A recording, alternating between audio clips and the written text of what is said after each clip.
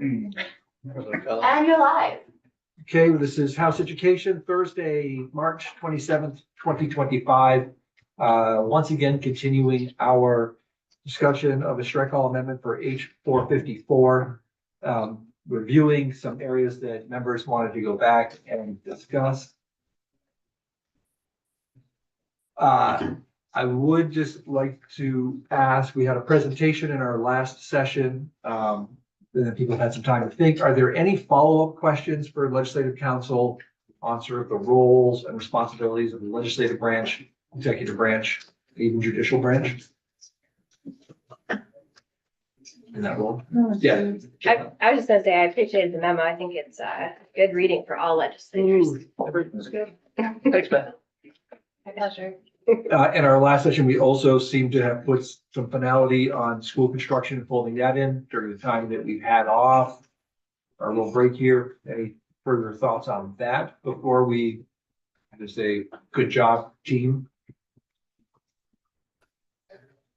All right, why don't we then, so this is me searching about for easy topics before we spend our time talking about difficult topics. Look at your list again.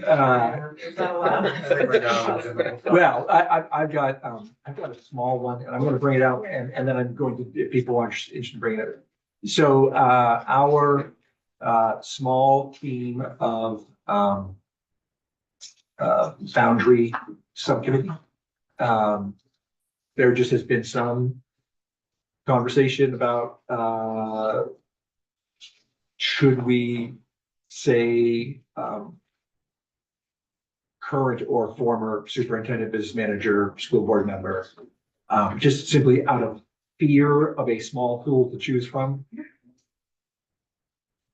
Understanding that the decision is ultimately up to the appointing entities. I tried to push for that. Yes. I agree. Widen the pool a little Say bit. that again, please.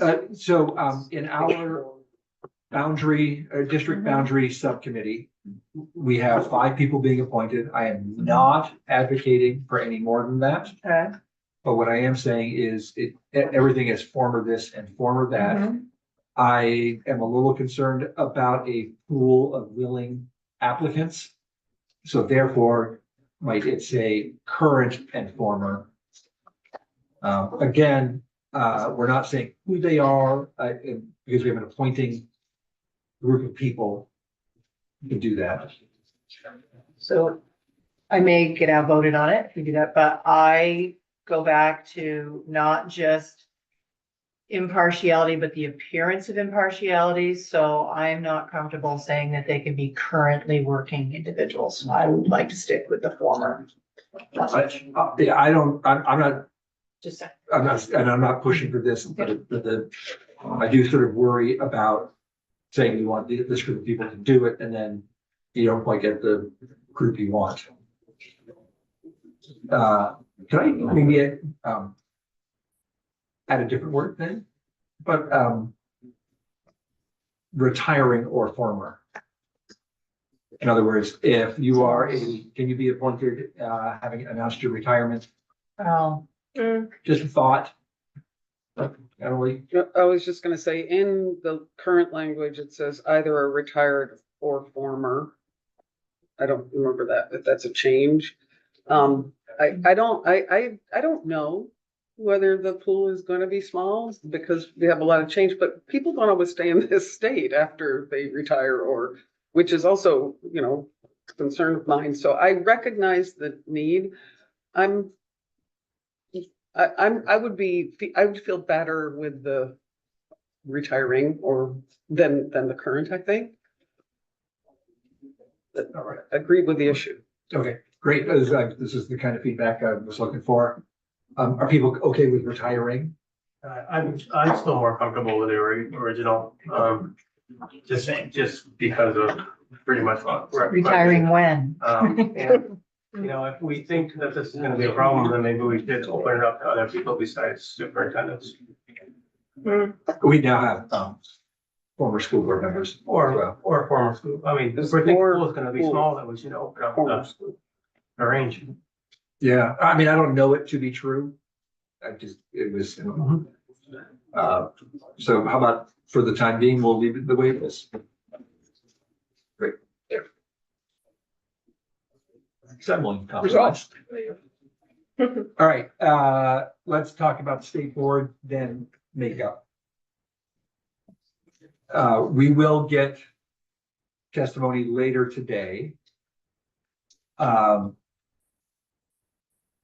Both legislative council and the council from the administration have been through this many times, as recently as last year in Senate education, although I think maybe they brought in somebody from the outside as well as the administration.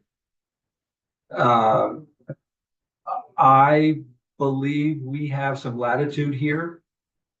And so I also worry about, since we have moved, we have really everything sort of in control of the executive branch in both the agency is now an agency and the secretary is now cabinet appointee. And the executive branch has all the appointments on the State Board of Education. Representative Brady yesterday talked about how she's evolving into being an incrementalist. I am an incrementalist. So I would like to throw out the idea that we can continue this discussion after we get some more testimony later today, that we make an incremental change. And that would be to just say simply that of the, how many? 10? 11. 11 appointees, although I thought it was 10. 2 are kids. Current 10, Yeah. We're really looking Plus- at 8. It's the secretary and 2 kids and 8 more. Okay, so it's 8. It's 8. Thank you. That we give 2 of those picks with no definition of who they have to be. To one to the Speaker of the House and one from the Committee on Committees in the Senate. It is a small incremental change that I would say would allow the opportunity to have a little bit more balanced representation on there. All, of course, depending on who the governor is, who the speaker is, and who's on the committee on committees. If this going into the future. So again, you look at Clarifying, Yeah. this would be to change how it currently is or change it on the amendment or the whatever, the 179 version. That's what I'm trying to pull up. this would, I mean, we currently have it in our 454. Right. Or I am suggesting a different set of, a different way forward. Yeah. Yeah. certainly. Which would be, it would simply say, governor gets 6, well, you got the secretary, 2 students, governor 6, other 2 legislatively appointed. So keep the change that it goes to 11 instead of 10. Because it's currently 10. All right, let's get finality on that question. We have legislative counsel here to explain exactly what it is. Bethany James, Office of Legislative Counsel. I'm just gonna pull up the current statute and we can look at that. So I'm hearing you all talking about making changes to the current statute. Yes. Okay. So I think that's the cleanest place to look.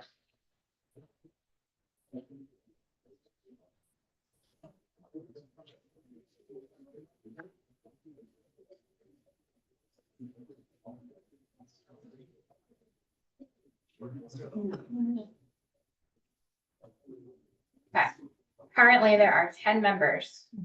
2 are students.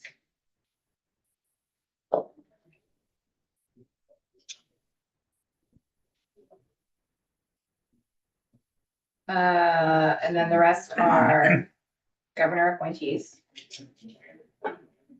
And the secretary serves as a non-voting member. Secretary serves as a non-voting member. Yes. Okay. So does one of the students. Is non-voting. Mhm. Yes, But one is voting. the junior member is non-voting. And then in their second term, they would become a voting member and a new member. That's Which is, theory anyway. why going to 11 makes it 11. 2. 3, so then 7. 7 are sort of everybody else to make 10. Yes, let me pull up the state board's website. So there's an even number of voting members, right? Oh, it's 10 members, one is the secretary. so that- oh, There's it's 8 eight. that vote. It's 8 that vote. So this Here's is their to- current membership list. Yeah. Yeah.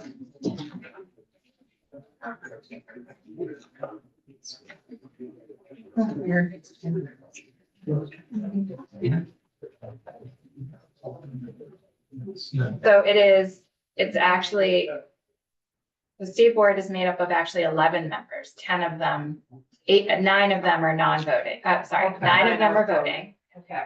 One is a non-voting student member and one is the non-voting secretary. So that's not super accurate in law. So there are 11. I count 11 people on this list. 1, 2, 3, Nine. 4, 5, 6, 7, So this 8, is- 9. We can't even 10, count to 11. 10. Okay.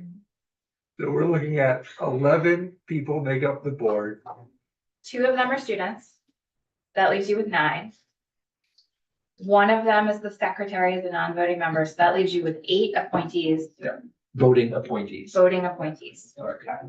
not counting students, because one of the students is a voting member. And so what I am proposing is that of the remaining 8, 2 be appointed by the legislature through the usual process, which is speaker and the committee on committees.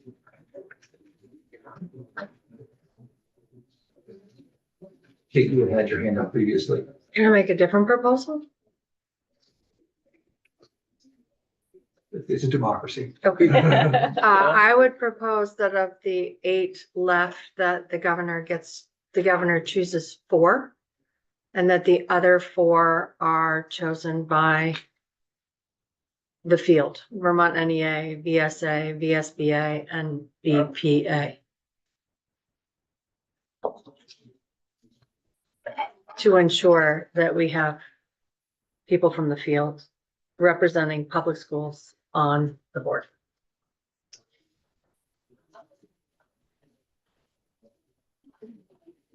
Thoughts? And again, I was out of the room yesterday, but I'm struggling with something going in at this point in time, just at all, on a bill that's going out tomorrow. That we have not really had testimony on, we might have a little bit today.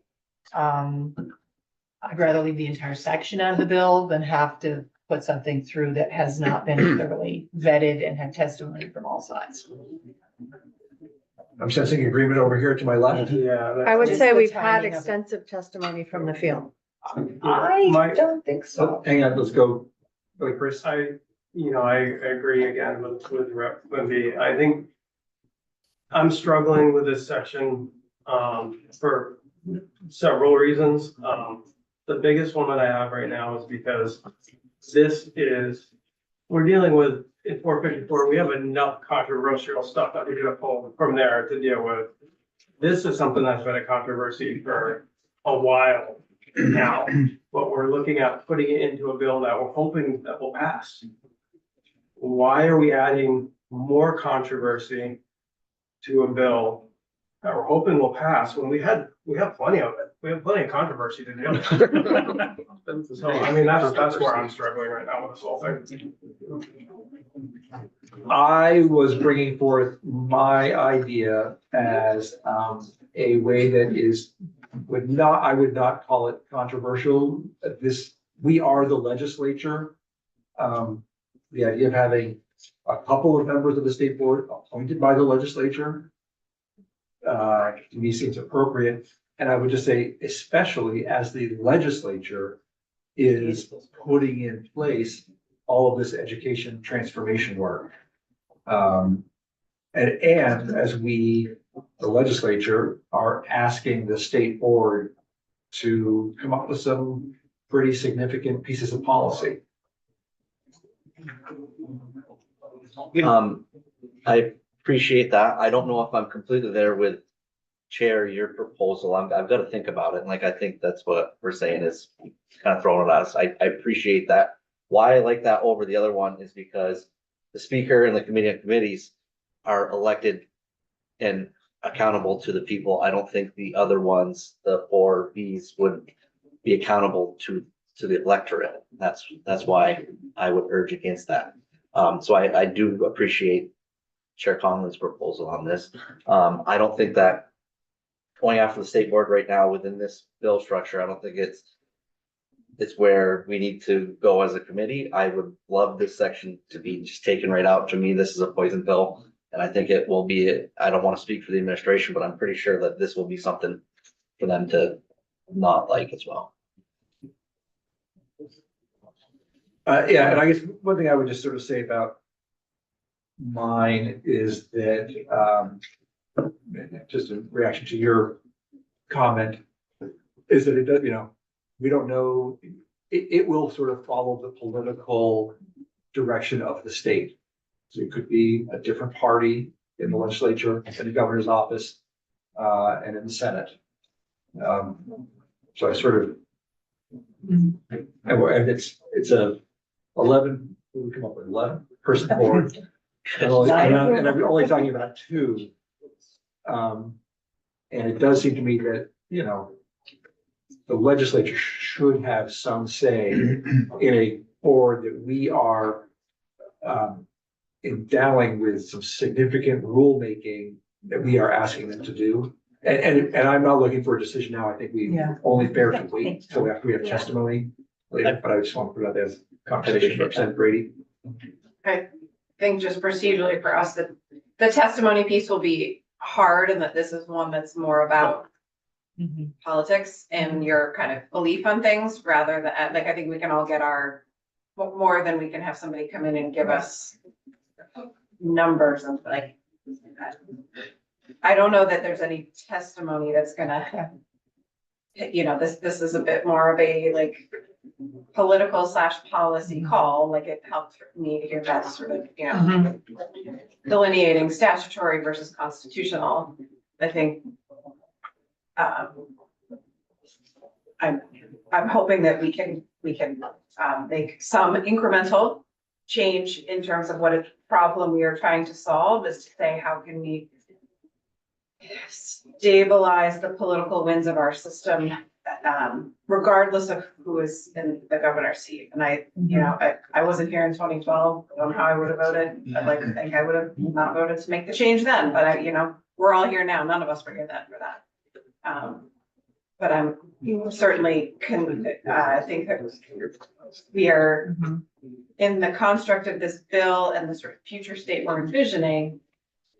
A strong, independent state board is going to be really important. And I think it's a part of this whole, it's not a sort of, in my opinion, it's not a opportunistic, it is a part of this whole package, because we're referring throughout to the state board, the work that we're going to have them doing. And we're also giving more rulemaking to the agency. We're giving all of the school construction rulemaking to the agency. We are, there's a lot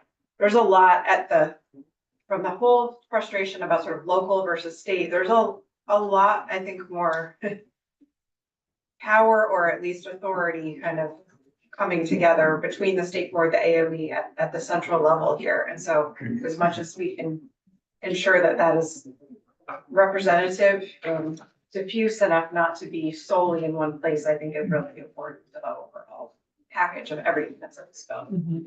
But the state board is going to be an important part of how things move in the future. And I think having 2 of those be from the legislature allows another set of eyes on the makeup of the board. So, for example, if it all of a sudden becomes very Chittenden County focused or mayor or whatever, it allows sort of the ability to adjust that in a small way from the legislative side of things. There's also current 0 change. That's just Emily, then Beth. So, appreciate the suggestion and the conversation, frankly, about especially around the spirit of compromise, because that's what we do.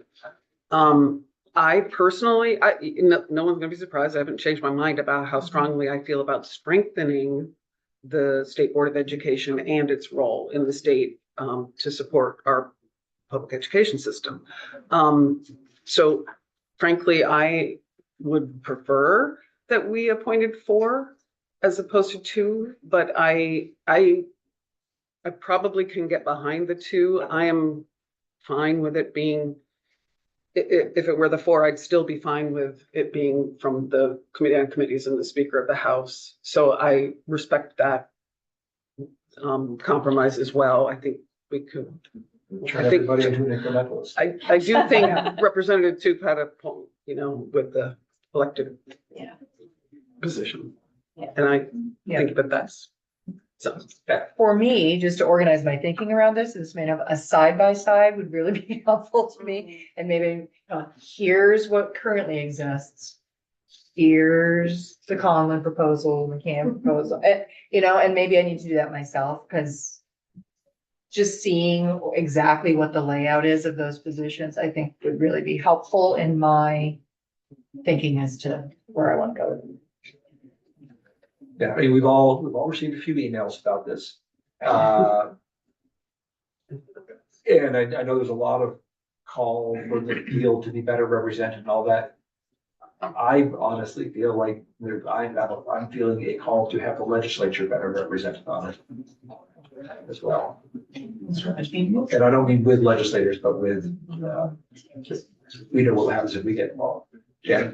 Yeah, I would really agree with that. I think for all the reasons that folks have stated, I really would like to see the legislature have a role that's bigger than our current role, which is nothing. So I'll jump on board the incremental bandwagon. And I also do think, hearing all the discussion, I think your proposal is, really close to a middle ground between all the different perspectives.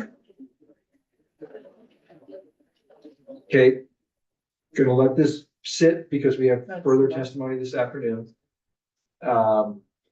So in a continued process forward thing, Beth, if you could pull up the independent school, approved independent school to receive public tuition waiver system or process that we are proposing. Representative Taylor had flagged that as an area to look at.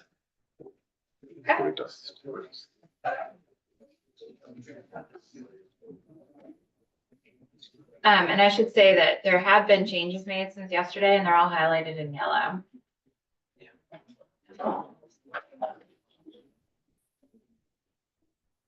Okay, we are in section 10 on page 25. An amendment to 16 VSA 828, which is the statute that dictates which types of educational programs a school district may pay the tuition of a student to. The first one is public school, and the second one is an approved independent school that is located in Vermont, is approved by the board, has at least 51% students, and on page 26, line 4, complies with the minimum class size requirements contained in subdivision 165A9 of this title, which is the Education Quality Standards Statute, and that is the class size minimum subdivision and state board rule. Provided, however, that if a school is unable to comply with the class size minimum standards due to geographic isolation, or a school has developed an implementation plan to meet the class size minimum requirements, school may ask the state board to grant it a waiver from this subdivision E, which decision shall be final. And then there's a section where you ask the state board to update the 2200 series rules to include, I'll find that. I'm on page 23. Starts on line 9. You're asking the state board to update the 2200 series rules to include that class size minimum requirement standard. And also, the amendment shall also create a waiver process and a process for review by the state board for failure to meet the class size minimum requirements. The corresponding actions the board may take for such, that should be non-compliance.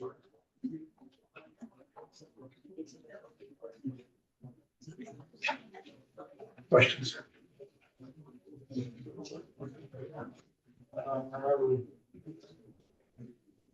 I think, my concern was that if we're gonna ask that they follow the same standard, then they should follow this, they should have the same equitable waiver system. So, and that doesn't tell me that they're going to. And that's a very hard thing to dictate to about an independent, right? With it being an independent school, but you were gonna say something there. Well, I was just gonna say the parameters, this bill does not ask the State Board of Education system to develop a waiver process for public schools. It just says, if you're geographically isolated or you have a plan, you can apply for a waiver, the state board makes the decision and it's final. There's the same language for independent schools regarding the standards for the waiver. But you all yesterday asked me to add to the rule section that the state board would create the waiver process. I think if you remove that section from the rule amendment language, you're asking the state board to do exactly the same thing. And you cannot control the behavior of the State Board of Education. So what you're saying is that if we remove that, Yeah, there is a parallel or the exact same waiver process for both an approved independent school as there is for a public school. to the extent possible, because they're operating in different. Right. Because they're operating different- because I thought in the rules, there's a more detailed waiver system, isn't there? No, The in the process. state board rules, there is a process if a approved independent school fails to meet any of the requirements to be an approved independent school. Right, That is separate from the waiver process you're talking about here. okay. So I guess unfortunately, my concern is more with the other section than to make sure that they somehow are given the same kind of a process to come up to standards, so So, they don't have to apply for it. okay, we're gonna back up a little bit. I think we're all getting very Yeah. confused. Yeah. And if you give me a second, I'm gonna stop sharing my screen and I'm actually gonna pull this up and we can look at it side by side. But you're gonna have to be patient with me while I do that.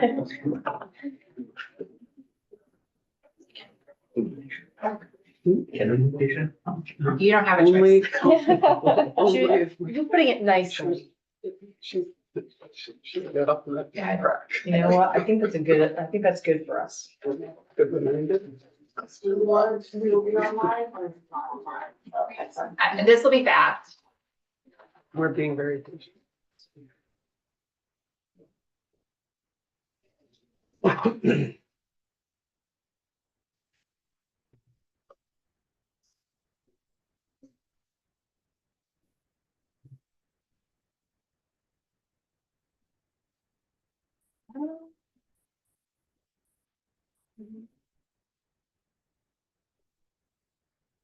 Hmm.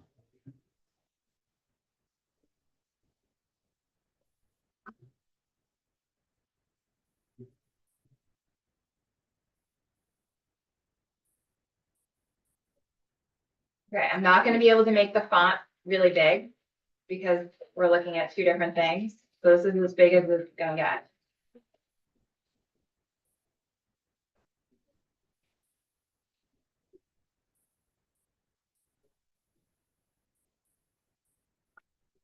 And I'm sharing my whole screen instead of a program. So please someone yell if you can see something that you know you shouldn't. Okay, so, I should see everything. let's see. Okay. So here's the language for approved independent schools on the right. Yeah, on the right. And then here's the language for, this is all the class size minimums that everyone needs to comply with. And the exceptions. And then here's the waiver language on the left. This is public school on the left, independent school on the right. So if a school board determines on the left that they're unable to comply with class size minimum standards due to geographic isolation, or the school has developed an implementation plan, the exact same language over here, due to geographic isolation, or the school has developed an implementation plan, the school may ask the State Board of Education to grant it a waiver from the subdivision. We have not added the language about the state board defining what geographic isolation is to the independent piece, but you could do that. The state's, which decision shall be final, the state board's decision shall be final. That's the only difference. That piece of language in there about defining. Yes. There was, you all asked yesterday to add something to the requirement that the state board update the 2200 series to require a waiver process. You have not done that for the public schools. You just say there's a waiver. So if you want to make them the same, you need to make a decision on whether or not you want the state board for both public and private schools to come up with a process, or whether you think this language is enough. I think this language is enough from a legal perspective. But if you want to give the state board more direction on what that waiver process should look like, legislative intent behind their rulemaking, your delegation of your legislative duties, right? Your authority, then, and you want it to be the same, then it would be asking the state board to update the 2000 series, the EQS standards, and the 2200 series, and using similar language for what that waiver process would look like. Does that make sense? Because we're just talking about waivers. We are not talking about failure to comply. That's a whole separate process. And I guess when I spoke yesterday about a waiver section, that's more the section I was actually. The failure to comply. Yeah, so I Okay. apologize for that. But that's the section that I was thinking about. Like, there's obviously a timeline given to a public school, a significant amount of a timeline to come up to compliance. And I want to make sure that that would still be factored into independent school. So the way that, this is my understanding, right? I am not in the field. I am not a member of the State Board of Education or an employee of the Agency of Education. I'm just your legislative attorney. My understanding is, so for public schools, the secretary has to determine every year if public schools are meeting educational quality standards. For approved independent schools, my understanding is it's a 5-year renewal process, and no one's out there looking to see if they are meeting all of those standards in that 5 years. So practically speaking, if you made no changes and you just said, state board, use your current rules to make sure that class size minimum requirements are being complied with, it is likely that that's not going to come up to the state board's attention until every 5 years or longer, depending on their schedule. So you can build in, we can absolutely build in and say the process has to mirror the timeline under subsection B in section 165 for public schools. That's going to be a shorter time frame, I believe, than currently would exist. So they get, that 5-year mark comes up and they are identified as not compliant with class size minimums. Then You are asked, yep, go ahead, sorry. I'm trying to kind of work this through in my head as I'm speaking, so probably not gonna formulate correctly. So you're saying there's still no guarantee, because it's likely. Guarantee of what? That there won't be repercussions, or they wouldn't get the same timeline that a public school would get to come to compliance if they're identified. I can't guarantee you anything. And I would just like something in there that would come to as much of a guarantee to an independent school that if they're identified, that they would have a significant timeline. You know, I understand that maybe they're not looked at for another 5 years, but that doesn't necessarily mean that that's really what's gonna happen. I can show you what's in state board rule now for investigations, so.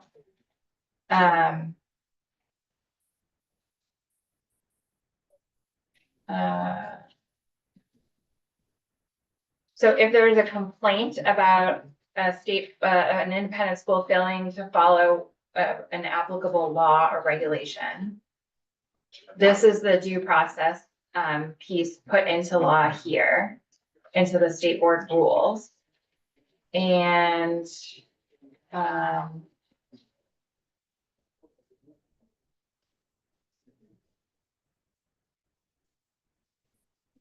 these are the options available to the state board, revocation or suspension. But I also believe that the state board has put schools on like conditions. Oh yeah, impose conditions on the status, including its eligibility if it determines the school has. So I hear you.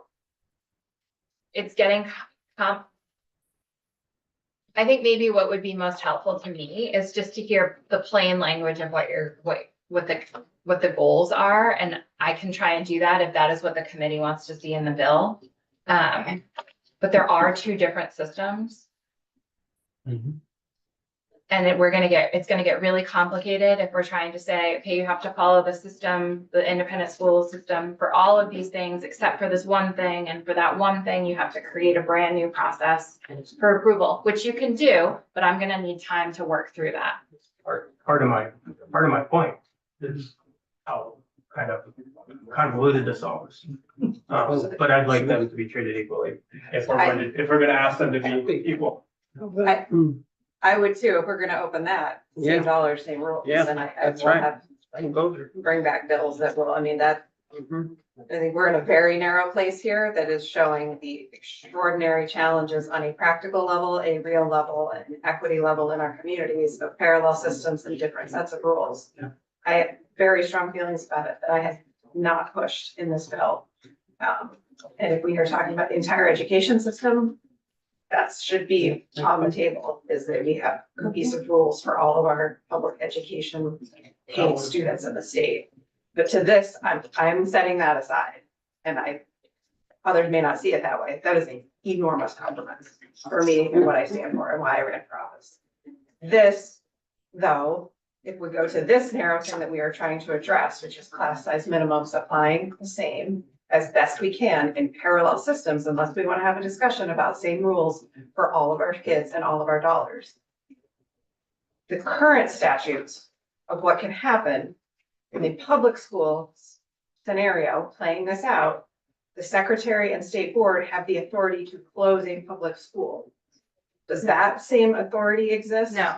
No. So, I mean, if we want to talk the same, then that would be the same. I don't think that's where people in this room want that conversation to go. Some people. in the room want that conversation to go. So the converse is that we're creating more probability that something could happen where the state board and secretary could close a public school, and that authority does not exist for independent schools receiving students, taking students on public tuition dollars. So the inequity still exists. I'm gonna stop because I know I'm, need to re-regulate So- myself. I gotta step out and Chris, I had to take over, this time to meet somebody. But I'm gonna share a little bit of the frustration when we get ourselves twisted up in these knots. And you think of all of the things that we do not ask of independent schools who take public dollars. As I said yesterday, there are many things that stick in my craw. No open enrollment requirement. No requirement that you charge taxpayers and private payers the same rate if it's lower. You know, there are many things, and we are.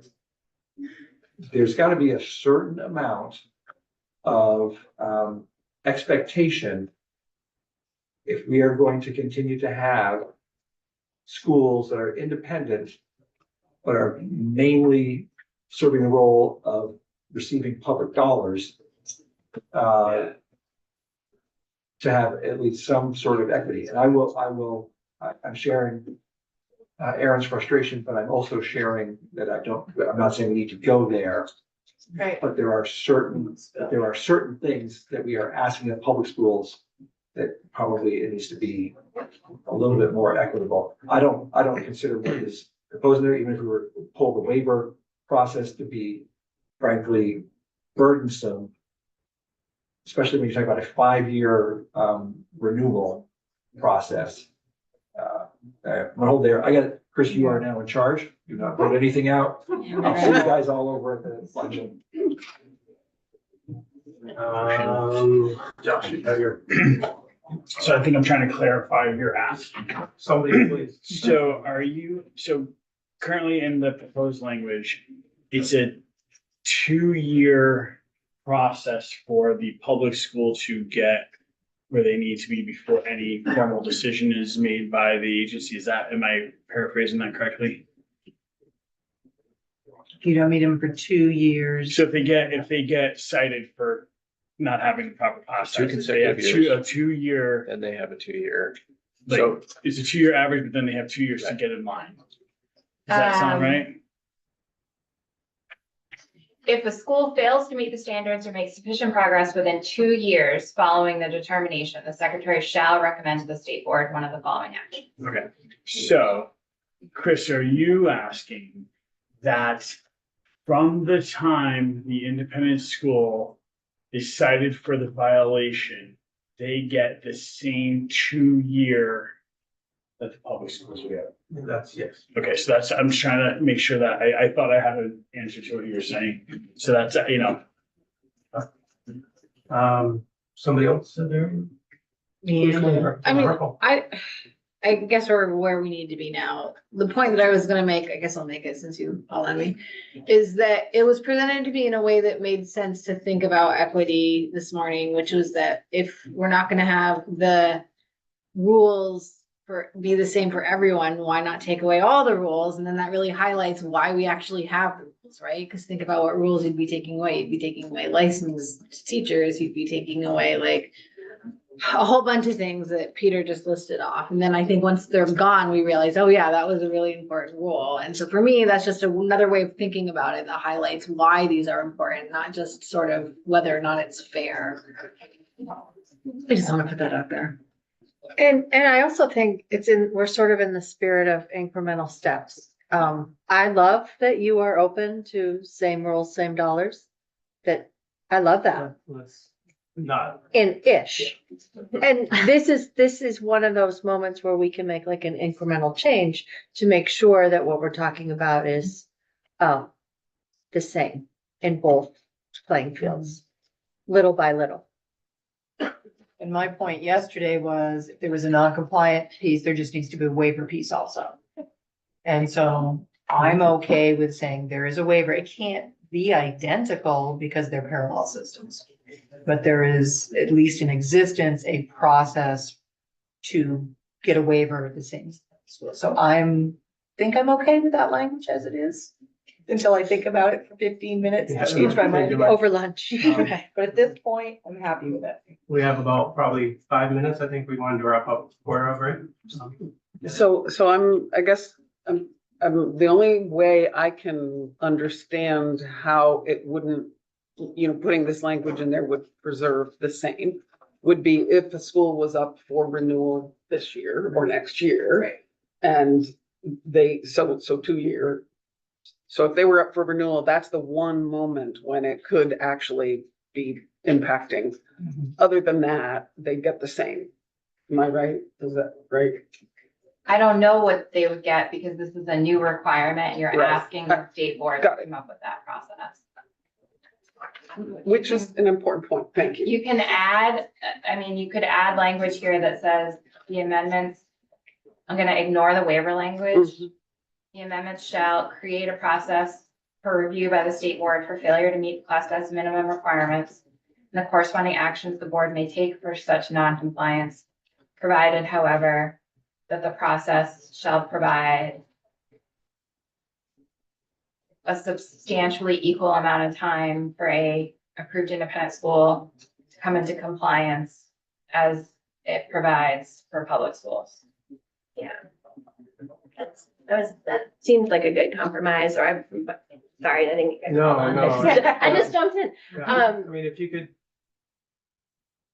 craft that into, Yeah. and put it down, and then so I could get a look at it and in writing, that would be excellent.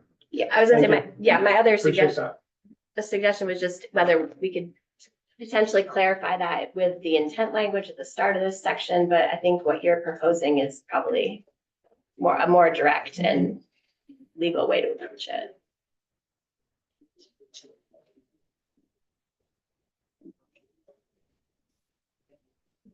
Yeah, we have absolutely no time to take up any other subject right now.